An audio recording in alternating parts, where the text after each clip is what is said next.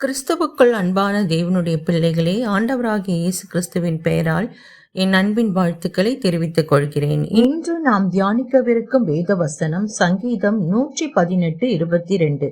வீடு கட்டினவர்கள் ஆகாதென்று தள்ளின கல்லே வீட்டிற்கு மூளைக்கு தலைக்கல் ஆயிற்று.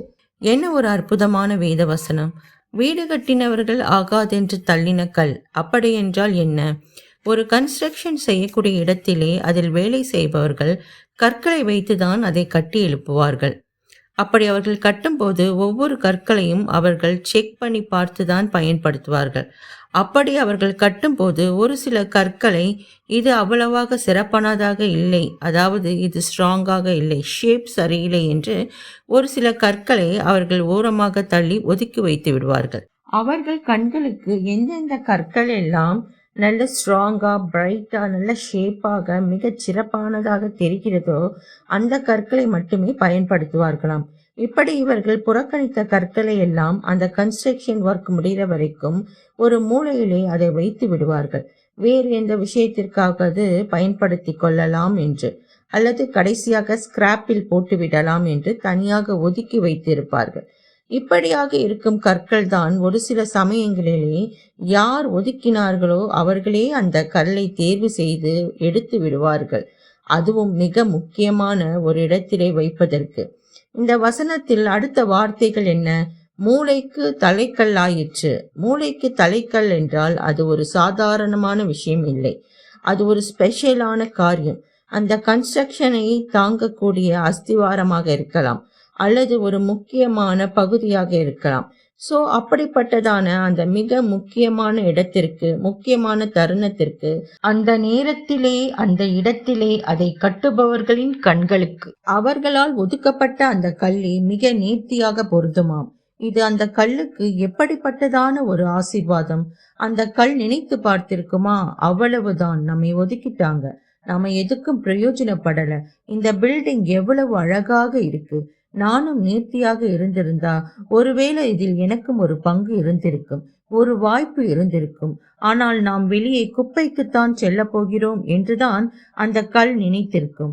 ஆனால் அது யாரும் எதிர்பார்க்காத வேளையிலே வீட்டிற்கே மூளைக்கல்லாக ஆனது.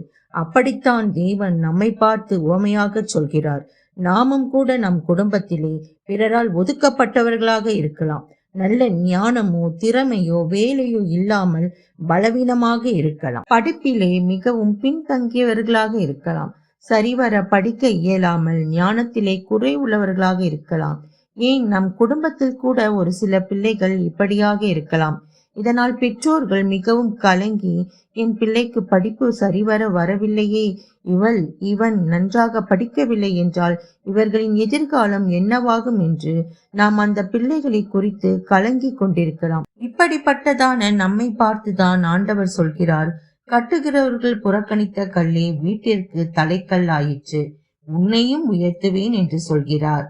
இப்படியுள்ள நம்முடைய பிள்ளைகளுக்காக நாம் ஜெபிக்கலாமா?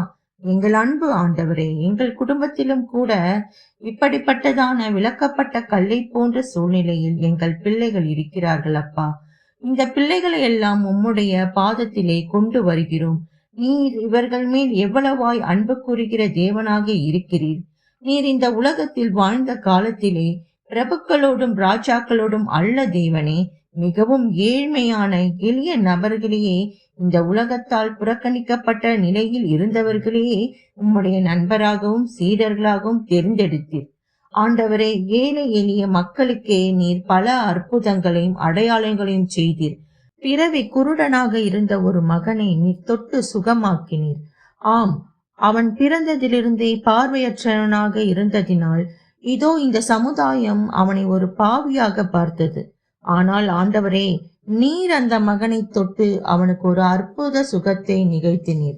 12 வருடங்களாக பெரும்பாடுடைய ஸ்திரீ உம்முடைய ஆடையின் விளிம்பை தொட்ட மாத்திரத்திலே வல்லமை புறப்பட்டு அவள் சுகமானாள். இதோ இந்த சமுதாயத்தால் புறக்கணிக்கப்பட்ட நிலையில் இருந்த அவளுக்கும் நீர் அற்புத சுகத்தை கொடுத்தீர். ஆண்டவரே, இன்று நாங்களும் எங்கள் பிள்ளைகளும் கூட இந்த சமுதாயத்தால் புறக்கணிக்கப்பட்டவர்களாக இருக்கிறோம். ஆண்டவரே, நல்ல திறமை இல்லாததினால், நல்ல ஒரு வேலை இல்லாததினால், ஆனாலும் ஆண்டவரே, நீர் எங்களை அற்புதமாக உயர்த்தப் போகிறீர் என்று விசுவசிக்கிறோம். ஞானமெல்லாம் ஆண்டவரிடமிருந்தே வருகிறது. கர்த்தருக்கு பயப்படுதலே ஞானத்தின் ஆரம்பம் என்ற வேத வசனத்தின்படி விலக்கப்பட்ட கல்லாக இருக்கின்ற எங்களை வீட்டிற்கே மூளைக்கல்லாக உயர்த்திவிட்டீர் என்று விசுவசிக்கிறோம். இதோ நான் உன்னையும் உயர்த்துவேன் என்று எங்களை ஆற்றி தேற்றுகிற தேவனே, எங்கள் ஜெபம் கேளும் ஜீவனுள்ள நல்ல பிதாவே. ஆமேன். அல்லேலூயா. இந்த காணொளியை பார்த்த உங்கள் அனைவருக்கும் நன்றி. ஆண்டவர் இன்றே உங்கள் வாழ்க்கையை உயர்த்திவிட்டார் என்று விசுவசியுங்கள். உங்கள் நண்பர்கள், உறவினர்களுக்கு இந்த வீடியோவை ஷேர் செய்யுங்கள். உங்களுக்கு ஏதாகிலும் ஜெப விண்ணப்பம் இருந்தால் கமெண்டில் தெரியப்படுத்துங்கள். God bless you. Have a wonderful day. கர்த்தர் உங்களை ஆசீர்வதிப்பாராக.